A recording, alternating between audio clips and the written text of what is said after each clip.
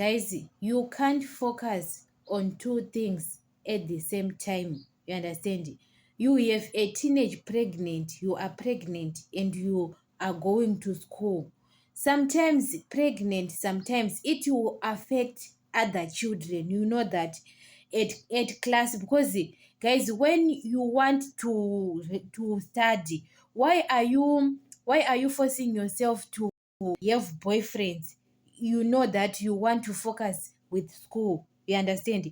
Because guys, most of the times when you are pregnant, some of other schools they are saying stay at home until you have a baby.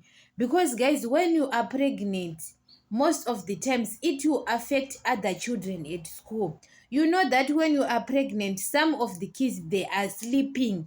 You know that a baby, your baby in your womb, it affects other children because some of the kids they are sleeping at class, just because we don't understand the pregnancy, we don't understand, but it will affect other children.